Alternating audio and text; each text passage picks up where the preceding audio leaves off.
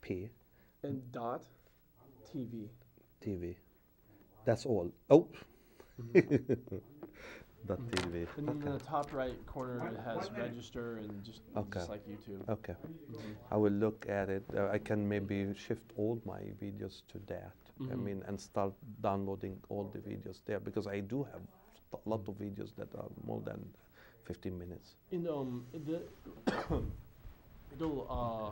accept videos that are around 800 megabytes, I think. And also, what's nice about it is you can choose your own image that people see. You know, YouTube, when people scroll through, it could be you like with your eyes. It was coming soon. Preparations must be made, they said. Now is the time. It was years ago, they shouted. Inaction was a crime. They said the dikes must be improved and the wetlands must be seen. But Washington decided instead they should be paved, 'cause malls were more important than people's lives. Army to fight their oil war. National Geographic and the Times Picayune, they forecast the apocalypse, said it was coming soon. Preparations must be made, they said. Now is the time. It was years ago, they shouted. Inaction was a crime. They said the dikes must be improved and the wetlands must be seen. But I'm your host, Jared Sandersfeld. Tonight our topics: Beyond History, Americans and Palestinians for Peace. And I'm joined by John Dabeet, President of Americans and Palestinians for Peace. So thank you very much for coming on the program, John. You're welcome, and I'm glad to be on your show, and it's an honor for me to be with you tonight. Excellent. And tell us about yourself. Okay, my name is John Dabeet, and I was born in Jerusalem, Palestine, and I finished my school education and even my bachelor degree from Bethlehem University in Bethlehem, Palestine, then moved to Bethlehem, Pennsylvania to continue my higher education, and I earned my MBA, my Master in Economics, and then moved to Iowa in 1995 and started to teach at Muscatine Community College. I recently am the business department chairperson at Muscatine Community College, and also I'm the statistics and economics professor there. At the same time, also, you know, I'm the president and founder of the Americans and Palestinians for Peace. And so, what is AMPAL? Well, AMPAL is simply an organization that I myself decided to put together in 2000. As a matter of fact, we started the organization in January 1st of 2000. And of course, we had a reason why we decided to launch this organization. Mainly, AMPAL is an organization or an NGO that works for peace in the Middle East. From here, from the United States. Of course, we established the organization with different visions. One of them will be like the educational vision. And mainly, we want to inform the American public about the aspiration of the Palestinian people to have their homeland and their independent state and be governed by their own people and live in peace and freedom like any other nation. The other objective of the organization is, of course, to lobby on behalf of the Palestinian people. We do a lot of lobbying from Congress, Senate, to State Department also, and these are things that we also do. And the third or the last objective that we have is simply working with the media. It's not really easy to work with the mainstream media in the United States. So we are trying our best to get into the mainstream media also, and local and national and even international media, and work with them on the issue and the question of Palestine. Excellent. And so from your perspective, how do you see statehood being accomplished for Palestine? Well, as a Palestinian also as an American citizen right now, I think the things that we have to remember always will be that, okay, is it enough to have peace, or is it enough to have peace with justice? And for me, as individual and for AMPAL as an organization, we are really working for justice and peace. And I put justice first because I think justice becomes very important first to be achieved to each one of the Palestinians anywhere in the world before really we get into, again, like the idea of achieving comprehensive and lasting peace. And that's very important for us. And of course, for us as an organization, as Americans and Palestinians for Peace, justice means certain things. And that's part of our belief. And those are the objectives and goals that we established for, or we put together for the organization when we launched the organization in 2000. Excellent. And so as far as some of the education, you mentioned that's one of your primary concerns. What do you take part in educating Palestinian people? How does that occur? Well, we take part of, as an organization, we take part of educating the American public in many ways. I myself is very active. Good number of my board of directors also are very active in doing a lot, participating in a lot of events. But mainly, for example, we go on, as for example, your show. We go and talk about the Palestinian issue and the organization on TV shows. We do, interviews in newspapers, for example. We write articles for newspapers about the question of Palestine and the issue of Palestine. We get invited to talk in front of either church people, students in schools and or colleges. So I travel a lot, as a matter of fact, in order to achieve that, and also the board of directors that we have from, I have a board of directors from all over the United States. Each in his or her area are doing almost the same thing. How's it going? How do you feel that the education process is going? Are people really starting to understand the issue? Yes. At place here. Yes, this is a very important issue, as a matter of fact, and it's a very dear issue to my heart, as a matter of fact. And if I go back 22 years to the day I moved to I left Palestine and moved to United States, as a matter of fact, and start talking to people in United States versus now, for example, 22 years later, I do see a change in, again, in the American vision and viewpoint towards the Palestinian-Israeli conflict, or in a big picture, again, towards the Arab-Israeli conflict.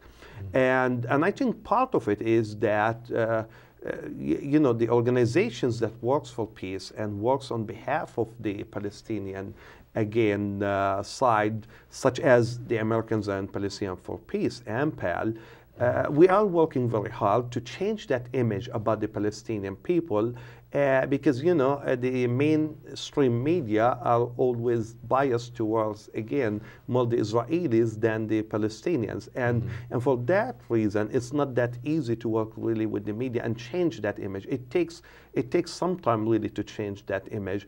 And I see that, things are changing. Thank God. We are participating in that change as an American and Palestinians for Peace, and I'm very glad with all the things that I see happening again among different communities and different places here in the United States. What do you see the U.S. mainstream media projecting Palestinians as? What is the Palestinian image? Well, in most cases, unfortunately, is that projecting the Palestinians as the terrorists, as the one who are the problem creators, the ones who attack the Israelis, the ones who create the problems. And let's remember that Israel is the military occupation. Israel is the oppressor of the Palestinian people and not the other way around. And that's the sad thing, especially with the right-wing mainstream media. I mean, talking mainly about Palestinians or portraying Palestinians as, terrorists or they work for for the destruction of the state of Israel or which is not true at all. I think there is a reason behind that and why they are doing this. But I think the public, the American public, really started to recognize the Palestinian right of self-determination.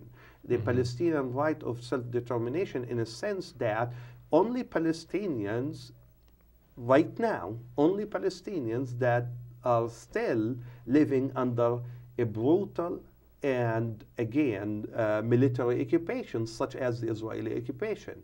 It has been for a long time, almost every single issue that is similar to this conflict was resolved long time ago, except this conflict. And we're hoping at some point it will be resolved. But as I said again, it will be resolved based on justice and not just resolved with any price that we have to pay. No.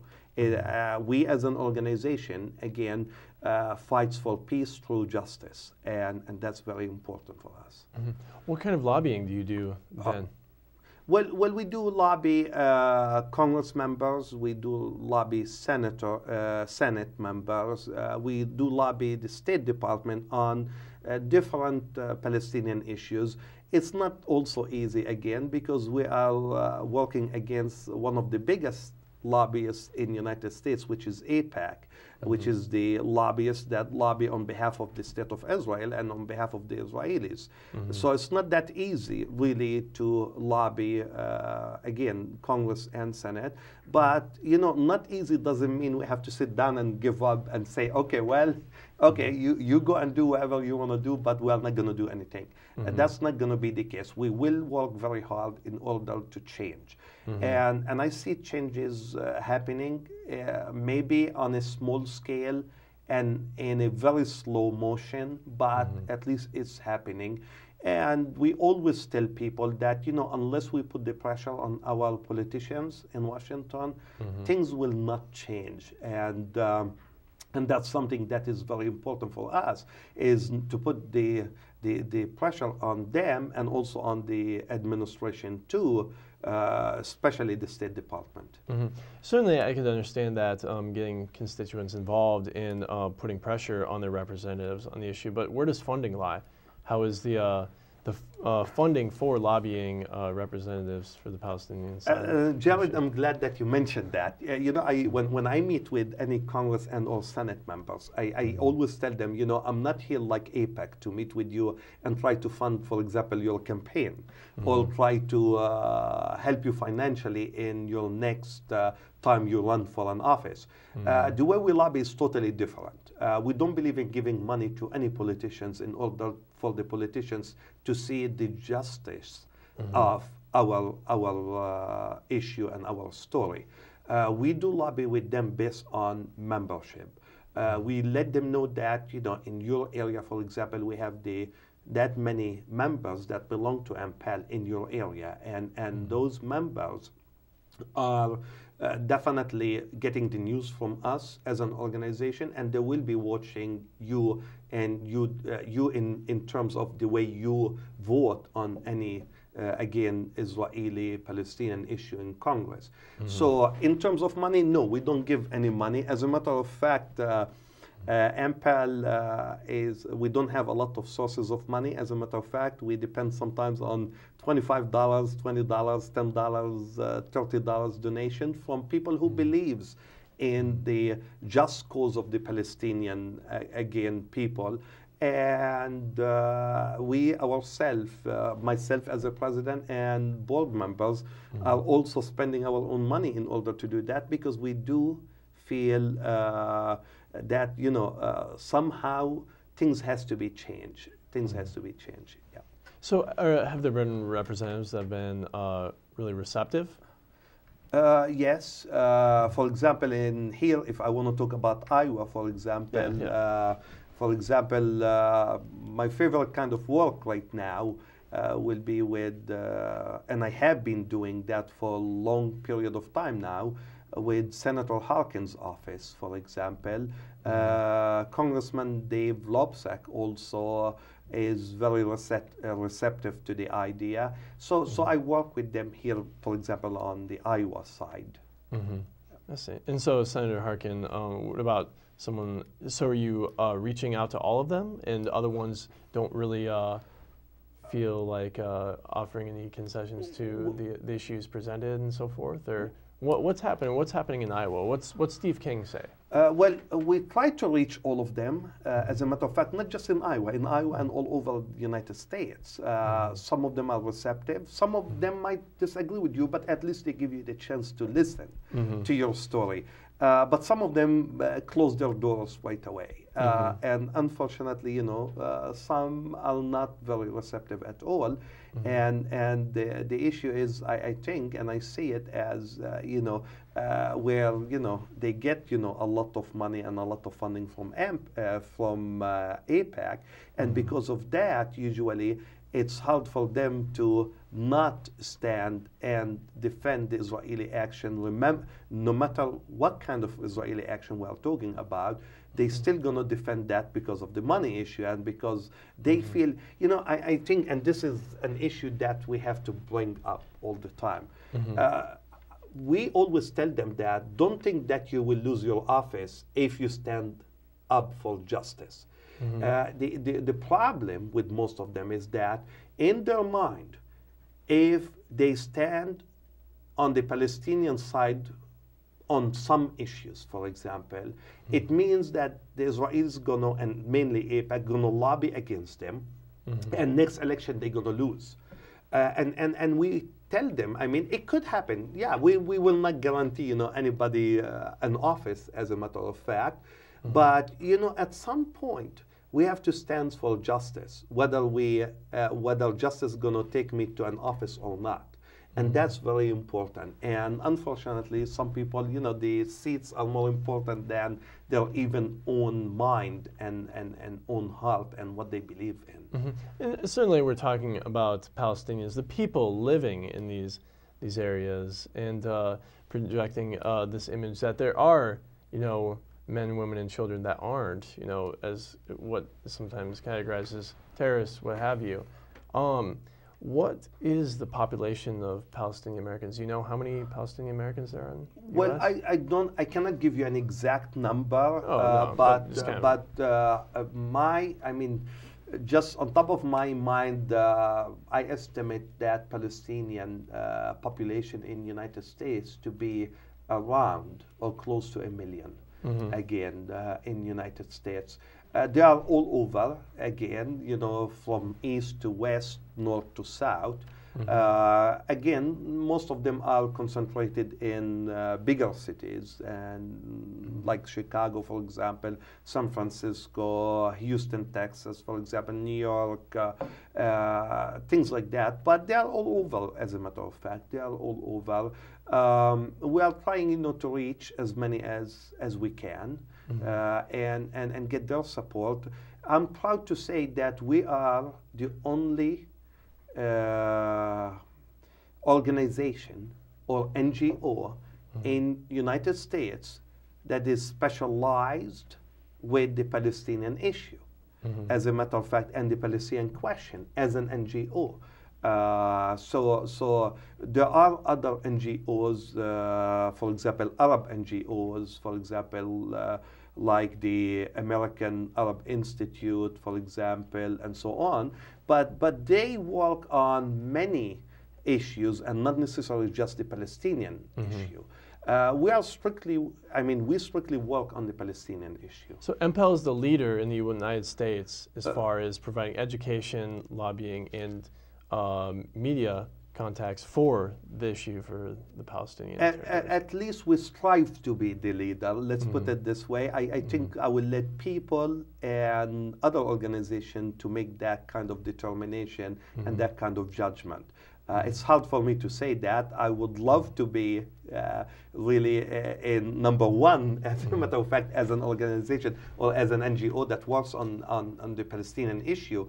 But I will let people judge that. As a matter of fact, I was received, as a matter of fact, summer of 2010, like around 6-7 months ago. I spent a month and a half in Palestine visiting there, and I was really received even at the Palestinian headquarters in Ramallah, as you know, as even like head of this organization, and I was really received in a very unbelievable way, as a matter of fact, and I was welcomed. I had even the honor guard welcoming me again when I got to the headquarters there. Had very successful meetings with top advisors for the Palestinian President Mahmoud Abbas, and so on. So really, I mean, we let people really in Palestine, as a matter of fact, and here in United States judge if we are the leader or not, even though, I would love to be, leading on this issue, but we let people judge. I guess like bragging rights are kind of one thing, but just the idea that, you're the only NGO in the United States that's working towards specifically this cause, but so there's no others though. Do you collaborate with other organizations? I would say to also be very careful here. The only Arab/American NGO that works towards just that specific issue. I mean, and that's very important. Yeah. Okay. Yeah. So do you work? Do you collaborate with other organizations then to work towards your projects? Yes, we do. We do work. I work, and then all the leaders of the other Arab organizations in the United States, other NGOs. I mean, I really contact them. They contact me. We work together towards the same goal, I assume. But again, as I said again, it's just like the other organizations are working on, what I would call the bigger picture. So they work on the Iraqi issue, they work on the Egyptian issue, they work on, other issues too, not just the Palestinian issue. Okay, excellent. And it's growing all the time. Do you really feel the sense that people in the United States are becoming more receptive, and there is more of an understanding of the plight of the Palestinian people? For sure. I'm meeting more and more people every day in the street, or even in stores, or even, where I go and meet with them. I'm definitely getting that feeling that people are understanding the issue more. They are becoming more receptive to the Palestinian aspiration of living in peace and in peace and freedom like any other nation. Excellent. Yeah. And so I'd like to move on. I know that one of the projects that you're working on is a sister city project between Muscatine, Iowa, and Ramallah. Yes. Would you like to tell us about that? Yeah, for sure. As a matter of fact, the idea of hooking up Ramallah and Muscatine through Sister City program started at least 10 years ago. And unfortunately, I couldn't do much about it because last time I was in Palestine, it was in 1998. And in 1998, when I went there as even an American citizen, my residency was revoked by the Israelis. And I wasn't allowed to be in the country, and I was detained for 2.5 weeks. And with the work with the State Department here and some of the Congress and Senate members, they interfere on my behalf to get me released again from the area. And since that, I couldn't go back really to Palestine because I couldn't go back there because of my ID was revoked at that point. But I kept, working with human rights organizations, and the family had to hire some lawyers and stuff like that to work all these years to bring back my ID. So finally I got that, and that's the reason why I went this summer again to Ramallah, to Palestine again, to work on some of these projects, and specifically the Muscatine-Ramallah sister city relationship. I'm really happy that finally, we got the two cities connected. One other thing that I do, I'm also the Muscatine Sister Cities president. And we do have 8 cities in 7 countries.